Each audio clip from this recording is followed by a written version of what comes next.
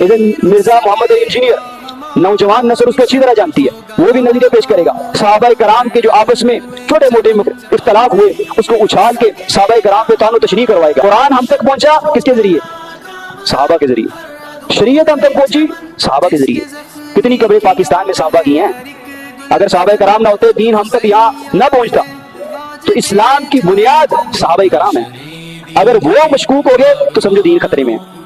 کچھ ہوش کر تو من گن کالا کالا کچھ سونے ہن صحابہ امجی میں ہون تارے ایک ڈو دیتا گل بھی کوئی نہیں لگ دن سارے پیارے میرے نبی دی ساری محنت دا ہے اے ہو خلاصہ میرے نبی دی ساری محنت دا ہے اے ہو خلاصہ سونے نبی دے پاک صحابہ سائیں دا ہن اساسا من گن کالا کالا کچھ ہوش کر تو